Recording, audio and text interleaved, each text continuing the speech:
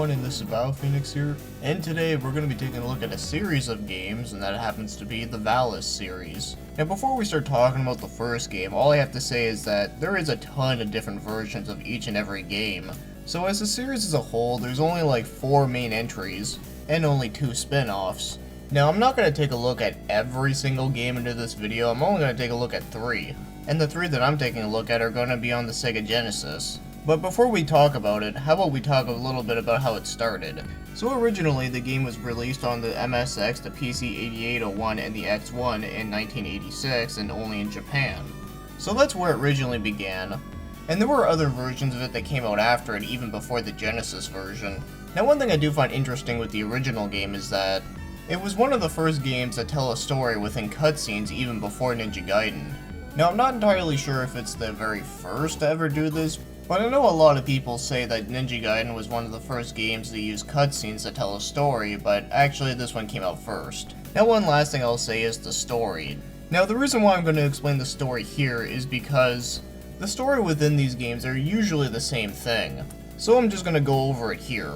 So all the games have a main character named Yuko, and she looks like a mix between Minmay from the Macross series and Yoko, who is from an anime OVA called Radea the Fantastic Adventure of Yoko. It wouldn't surprise me if they were actually inspired by these two things. So the setting for the most part starts out in Japan, and then later on it goes into a dream world called the Vatican. And she uses a sword called the Syd of Valis. So as you can imagine, the sword uses magical powers, and then of course you eventually turn into like a magical girl sort of thing. And usually the case is that she has to stop an evil bastard from trying to fuse the dream world into the earth world. So yeah, that pretty much is what most of the games are about when it comes to story. Now yes, there are different characters that do show up within different games, but the main plot itself is generally the same thing, so like I said, I'd rather just talk about it here rather than just re-explaining it over and over again. So now, let's finally get to talk about the first game that I'm going to be taking a look at, which is on the Sega Genesis. And this version was developed by Riot, and it was published by Renovations, and it was released in 1991 in North America. And just like the rest of the series, it's a side-scrolling action game. And it does have some RPG elements within it, and I'll explain that in a bit. So all you have to do is get from point A to point B, and sometimes at point B you fight a boss. But within the levels you collect power-ups, which can upgrade your sword 3 times, because in this game, when you use your sword, you can actually shoot lasers out of it.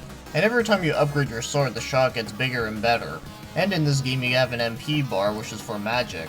So the magic is a special kind of attack, but you just can't spam it all the time because you have an MP bar. So you have to use it wisely. So as I said, when you swing your sword, it actually shoots a laser out of it, and you can jump and slide. Although it does kinda suck that when you slide, it doesn't actually hurt the enemies. So I guess it's just used just to go by quicker. And whenever you beat certain stages, you actually get a cutscene. And one thing I have to say about the cutscenes is that the text goes so slow. But thankfully you can skip these cutscenes. But for some reason you can't skip them right away, but eventually you can, which is kinda weird I guess. So that's all I have to say about the gameplay. It's actually a very simple action game, with some minor RPG elements. Well, the only thing that's really like an RPG is the MP bar. So that's all I have to say about the gameplay, so it's very simple enough. So now, let's take a look at the controls. Now I think the controls in this game are alright. So everything is pretty simple and easy to understand. But you can jump higher by holding up and then you jump. And to use your magic spells you have to hold up and then press the attack button. So at least when it comes to the layout, it's actually pretty good. But the reason why I just say it's alright is because I do find that the running and jumping is a little stiff, so it does take some time to get used to, but probably the worst thing about this is the hit detection. So if you upgrade your sword, it's not that big of a deal, but when you're just using off with the standard one, it can get really annoying. But other than that, I do find the controls are pretty alright. I just think it needs a little bit more work and then it's good to go. But it's definitely not terrible, so I'm at least thankful for that. So for now, let's take a look at the graphics, and all I have to say is that the graphics actually do look really nice. At least I really like them myself, mostly because I really like the nice backgrounds and color. The character designs are also nice, and the graphics within the cutscenes are also really nice looking. Now it doesn't have a whole lot of animation going on, but it at least does look kinda nice. But I do like the animation for the character's run cycle, so at least when it comes to the graphics, I actually don't have much complaints about it at all. But now, as for the game's music, I actually really like it. Now it does have that So Very Genesis sound, but I actually really like it a lot. I actually find it suits the game very well. And I do find that a lot of the songs are pretty catchy and they get stuck in my head every now and then. Although the only one complaint about the music that is kind of weird is that whenever you're like about to die, it actually plays like a whole other theme. Now that theme doesn't sound that bad, but the thing that gets annoying about it is that if you pick up a health power-up or it just puts you above the line where it's about to play that music, it just plays the standard music for that stage, and then if you get hit again, it just plays it automatically. So it's almost like it's going back and forth, and it can just get kind of annoying after a while. But that only happens if you're just not very good at the game, like myself, because honestly I find this game to be pretty tough. But other than that, the music is at least very good, and I really like it myself. Now, before we move on, one thing I would like to mention that's just very random is that I find that the American box art for this one looks somewhat interesting. Okay, so I have to admit, the main character just looks very bad right here. She kind of looks like a poor version of Wonder Woman. But at least the monsters surrounding her actually do look kind of cool. So that's the only good thing I have to say about that, but after the Japanese box art, well, it's very simplistic, but I actually really like it. I don't know what it is, but I think it just has that very old style book-like to it. Well anyways, I just wanted to mention that just for the shit of it. So now, if you were to buy this game, well, to be honest, it's really hard to find a pinpoint price on this game. So sometimes it'll be really cheap, but most of those times it'll only just be the card only, which is fine. But if you want to get yourself a complete copy, well, it might be a bit more expensive. And the Japanese one does seem to be a little bit cheaper, but I'm not sure if you'll actually be able to play it on a North American console. But for the most part, if you're trying to look for this game in the wild, it's very hard to come by. I mean, I've never even seen it once, ever. But maybe one day I'll just have to wait and see about that, although I might be waiting for a very, very long time. So unfortunately I can't say a whole lot about the price other than that it's actually very hard to come by in the wild, so probably your best bet is just ordering it online if you can find one to your liking. So now, if I were to rate this game, I'm gonna have to give it a 7 out of 10. I have to admit, this game is actually pretty decently fun. Now, I know, the game is actually very slow paced, and it also has some issues with the controls, but it's not the worst thing ever. But even with that, I did have quite a bit of fun with this one. Now, obviously, I don't think this is like the best game ever, but I just find it to be a pretty decently fun game, so I don't know, maybe I'm just being a bit generous here. But I really don't think it's a bad game. It's really just a simple game that works fine. Obviously, it does need a bit more work with the controls, but other than that, I still found it to be pretty enjoyable. Well, enjoyable enough for me to say that I actually do kinda like it. So with that being said, it's a pretty decent version of Valise 1. So now let's move on to the next Valise game, although this time I'm gonna have to explain something really weird that happened with the release. Now yes, there is a game called Valise 2 that was released in North America, but it was on the TurboGrafx 16. So they ended up making another version of Valise 2 on the Sega Genesis, and it happened to be called Syd of Valis. Now in Japan, this game is actually considered as a spin-off, but when it got released over here in North America, they decided to release it as number 2, even if it doesn't even have a number in the title. So yes, this is the second game in the series that got released on the Sega Genesis. So in a way it kinda is a sequel, but in another way it kinda isn't because it's really just a remake of number 2. But over in Japan it's considered as a spin-off considering the name is called Valise SD. Now usually whenever Japan makes a game that has SD in the title, usually it means like it's gonna be all like super cutesy looking, and well, in this game, yes, it's also like that too. So the game Syd of Valis is only on the Sega Genesis and it was released in 1992, and it was developed by Lasersoft and published by Renovations. So when it comes to the story, I don't really need to explain a whole lot considering that it is just like the other one, but they did change the name of the main character to Syd for some reason or another. But quite possibly the most ridiculous thing I've seen in one of these games is that she actually turns her ice cream into the Sword of Valis because that happened, I guess. And I should also mention that a lot of the dialogue in this game is actually very bizarre. So I don't need to explain much on there other than that, yeah, the story in this one is clearly a lot more stupider than the other ones. But I have to admit, it did make me laugh my ass off when I was reading through all of it. So now, onto the gameplay. So it really is your basic Valise stuff. You know, getting from point A to point B while avoiding some objects and collecting items and just blowing up monsters. And fighting some bosses at the end of the stage, and sometimes you fight bosses in the middle of the stage.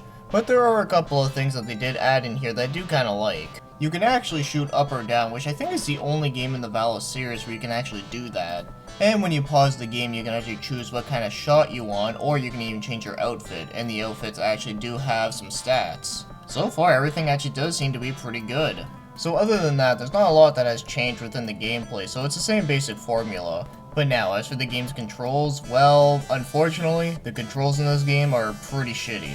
One of the biggest reasons why I think the controls in this game are so shitty, it has to do with the fact that everything is just so floaty. Now, you may not notice it within the first level, but when you get to a level where there's actual platforming and spikes and shit, well, that's when you start to realize you just go flying all over the place. So when it comes with the running and the jumping, it's just very awkward. But another thing that really sucks is that I find that your character is just too close to one end of the screen, making it really hard to see what's ahead of you. So if you're not too familiar with the levels, then there's a good chance that you're just gonna get hit by everything. So in other words, you really have to take your time with this game. You can't just like rush forward or else you're just gonna die. And believe it or not, the hit detection in this game is actually even worse than the hit detection in the first game. So when it comes to the controls in this game, like I said, it's pretty damn shitty. It's a shame because I actually really like some of the new additions they have here. So that's a pretty big letdown for me. So now, as for the game's graphics, I have to admit they actually do look pretty good for what they are. Now, I'm not a huge fan of the whole chibi style, but of course it doesn't stop me from playing this game or playing other games that have that style. But at least everything does work well with it, considering that everything is all bright and colorful. And the backgrounds do look alright, but like I said, they actually do look bright and colorful and do suit that very well. And the character designs are okay, not really my most favorite thing ever, but at least they look okay. Also, I just realized something. Doesn't that enemy right there look awfully familiar at all? Yeah, I happened to do a review on a pirated game on the Sega Genesis called Pocket Monsters, which is pretty much Pokemon in Japan, but it's a platforming game. And I actually said it was a pretty decent game for what it was, and yeah, a lot of the enemies from that game were actually ripped from other games, so pretty much they actually ripped off this guy who I called Elmo Liz, because when you killed him in that game, he sounded like Elmo. Man, what was that, like episode 21? And here we are at episode 77. Man, have I come a long way since then. Well, anyways, one thing I will have to admit is that, isn't it sad that a pirated game that happened to be based after Pokemon that was a platforming game happens to be better than this fucking game? So yes, we get the point. Elmo Liz originated from the Valise game. But as for the graphics overall, they actually do look alright. Now as for the music in this game, I really don't like it at all. Now the main theme of the title screen sounds alright, but as for the other songs, I just really don't like them at all. I mean, a lot of them just sound really annoying, mostly because I just find it loops all the time. The one positive thing I will say about the music is that at least it's not as bad as the music in Crazy Bus. Then again, I don't think anything will ever be as bad as that. But as for the music in this game, I really don't like it much, and it's not very memorable, and honestly, I just think it just sounds like a big pile of crap. So now, if you want to buy this game, well, I'll tell you one thing, is that this game is actually kind of rare. Now, I don't really use the word rare that often, just because I find that term is like so overused all the time. Like, you know, on eBay, whenever you look at something, it'll be like Super Mario Bros. In brackets, rare kind of thing. Which we all know that is a big load of baloney. But I do consider this game to be more on the rare side, mostly because not only have I never seen it in person, like at all, and the game also happens to be pretty expensive no matter which one you're looking for. So if you're looking at a loose cart, the lowest one I've ever seen it for was about $75, but the highest one they'll ever go for is like 120 bucks. And that's as of right now, so you never know. Maybe at the time when this video is out, it might be like 200 by then. Well, I hope not. Then again, I find that even the lowest price for this game is definitely not worth it. So if you want to go out and find yourself a copy of this game, like I said, it's going to be very tough. Or if you want to order it online, then you're going to have to pay out the nose for it. And keep in mind, we're talking about a game that isn't even that good. Or at least, I don't think it's that good. Well, anyways, if I were to rate this game, I'm going to have to give it a 4 out of 10. Yeah, this game is not very good at all. Now, I gotta give it some credit from doing some new ideas, like I said, where it had like the whole menu system where you can select your different outfits and such. And the fact that you can shoot up and down is very helpful. But other than that, the controls in this game is what kills it for me. Mostly because it's just so ridiculously floaty, and it's just really hard to control. And the fact that you're so close to one end of the screen where it's just a pain in the ass. So it really sucks that it has to have those issues. If those issues were actually fixed, I think this game actually could have been decent. And depending how that went, maybe it might have been better than the first game. No, instead what they had to do is that they had to sniff some chibi piss. But let's start moving on, because this game just sucks, and it's like the worst Valise game I ever played so far. So now we get to talk about the last game in the series that happened to be released on the Genesis, and that happens to be Valise 3, which is developed by Reno and published by Renovations. And apparently this game was also released in 1991, so wait, did they actually release 2 Valise games in the same year? I don't know, I have a feeling the date might be off on one of them. Well, all these games did get released in the early 90s, so at least that's what you gotta know. So the story in this one, as again, is your pretty typical stuff and is not as stupid as the other one. So Yuko is asleep and then she gets waken up by someone named Cham. So she ends up getting her sword stolen, so she ends up running after her in her pajamas. But Cham ends up getting kidnapped by one of the bad guys, so she ends up dropping the sword, and then Yuko ends up jumping off the building and just tries and catches it and transforms in midair. And then eventually you get to rescue Chan, so you get to work with her. So you get to take down Ramses together. Now the reason why I'm going over more of the plot this time rather than just doing a half-ass effort of doing so is mostly because this one is actually more plot driven than the other games. So not only is there a lot of different cutscenes, but there's a lot of dialogue in mid-gameplay. Now sometimes it can get kind of annoying, but if you really are interested in the story, then it's actually not too bad. But of course if you don't give a shit, then yeah, like I said, it can get kind of annoying when a window just pops up out of nowhere. But thankfully, whenever a window does pop up, it usually pops up at an appropriate time. So it's not like you're going to see a dialogue box appear as soon as you jump over a ledge, because that would be bullshit. So even though the story is generally the same kind of plot, I'd say they put more effort into the story this time around. So I think it's fine the way it is. So no, as for the gameplay, it's still the very basic stuff, you know, running around, jumping around, shooting lasers out of your sword, holding up and then jump to jump higher, also being able to use magic spells, and you can even do a dash. Now one thing they did do differently has to do with the weapon. So yes, you do shoot lasers out of your sword, which is pretty typical in this kind of game, but you do have a sword meter. Now the longer the sword is, the more powerful your attacks are, but every time you attack, the red meter of it goes down. So if you just keep on spamming it constantly, you're just going to shoot out like weak attacks. So whenever the red meter is full, that's when you actually do maximum damage, which is a pretty cool mechanic if I say so myself. Now one of the other new features that they did add here is that you can actually switch between characters. Now I think that is pretty awesome, but the only thing that sucked is that I actually had a really hard time trying to figure out how to do it.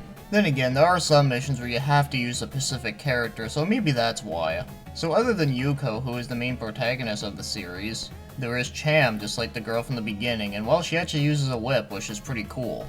And then there is Valna, who actually shoots crystal balls. I know you actually have to use her once for a boss battle, so I think that is a nice cool feature. So now let's talk about the controls, and all I have to say is that they actually are very good. Not only is it a way better improvement than Syd of Valis, but it's also even an improvement over the first game. So everything is pretty easy to figure out except for changing the characters. That's really the only issue I have with that, but other than that, everything else is pretty self-explanatory. And the game does have a pretty good steady pace to it. So, you know, at least the walking and jumping doesn't feel like you're just jumping around all over the place, or it doesn't feel too slow, it just feels fine. And I'm perfectly okay with that. I mean, sure, it isn't like a fast-paced game, but I would rather it just be fine than be slow as shit, or just like jumping around all over the place. And the hit detection has improved as well. So even though I did like the first game, pretty much this game is like everything of what the first game had, but just a lot more and a lot better. So that's a great thing to hear. So overall, I don't have much issues with the controls, only that it's just really hard to figure out how to change characters. I mean, even when I'm trying to look up the answer, it won't even tell me. I mean, I know how to do it in the TurboGrafx 16 version because all you have to do is select run, but the Genesis doesn't have a select button, so I don't know, man. I just pressed everything and nothing happened. But maybe I was just trying to figure out how to do it on a level where you couldn't do it, so maybe that's it. But other than this, everything else is fine. So now as for the game's graphics, I have to say the game's graphics are very, very nice. So everything is all bright and colorful, everything looks very smooth. The cutscenes do look nice for what they are. Now obviously this doesn't have like the same technology as the TurboGrafx 16, well on the CD add-on anyways, because this game was also on the CD add-on for it, and that one actually has full-size cutscenes, where this one, well, it doesn't really have that. But I figured I'd mention that comparison, but really it's not a big deal. But overall, there's not a whole lot I can complain about because I think this is just a really nice looking Genesis game. Now as for the game's music, well, what can I say? The music in this game is awesome. The music in this one and the music in the first game are definitely some of my favorite music on the Sega Genesis. So I find a lot of the songs are either really catchy, they suit the theme very well, and I just really dig it, so I don't have a lot of complaints about that. So now, if you want to buy this game, as again, just like the first game, this one can actually be pretty difficult to come by, and it's hard to make a pinpoint price because the prices are just kind of all over the place. Where sometimes you can actually get the game on the cheaper end, and sometimes you can get it on the more expensive end, but it really depends on the condition and such. And of course if the person is not overpricing the damn thing. But I think we can all agree that all these games are at least very uncommon. I wouldn't necessarily say that they're rare, but I would say that they are at least hard to come by, and the prices is usually at least middle range. It's really just Syd of Valis. That one I would consider to be more rare, but as again, that game just kinda sucks. So now, if I were to rate this game, I'm gonna have to give it an 8 out of 10. Definitely the best Valise game you can get on the Genesis. So it's a nice touch that they actually expanded more on the story. Good gameplay mechanics, pretty good controls. And of course it also has some awesome graphics and music. And it's definitely a much bigger improvement compared to the other two.